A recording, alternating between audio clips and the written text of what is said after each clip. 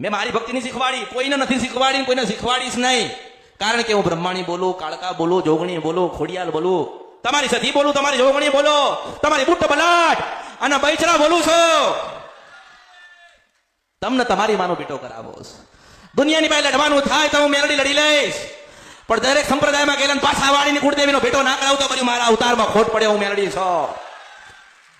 માની જરૂર પડે ના.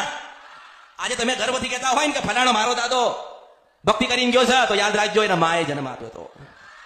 માના જન્મ વગર કોઈ બન્યું કોઈ નથી, બન્યું કોઈ બનવાનું નથી. પેલો જન્મ લેવો પડે.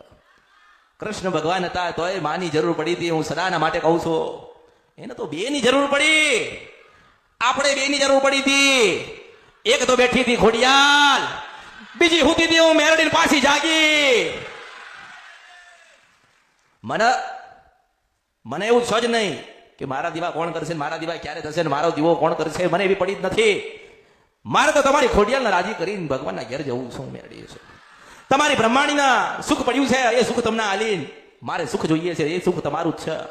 આજે તમે ભલે દુઃખી થઈ ગયા હોય, માસ્તર થયા હોય ને, કે હું મેરડી બોલો માસ્તર, આ કળિયુગની અંદર શંકર ભગવાને સોનાનું મોરનું પીસું આલ્યું છે ને ભરાઈને ભરું છું હું કાળકા. અને શંકર ભગવાને સ્વયં એક સોનાની ચલામ આલી છે, ફૂકીને વાત કરું છું. મેરડી છો 15 વર્ષથી દીકરાનું મગજ કામ કરતું નથી. પોતાના દીકરાનું મગજ માસ્તર કામ કરતું. 15 વર્ષ થયા, દવા દુઆ બે કરી. આ કળિયુગમાં લોકો એવું કહે કે દવા કરજો, તો કઈડા મૂર્ખા હતા કહેતા હતા કે દુઆ કરજો. દવા દુઆ બે જોઈએ.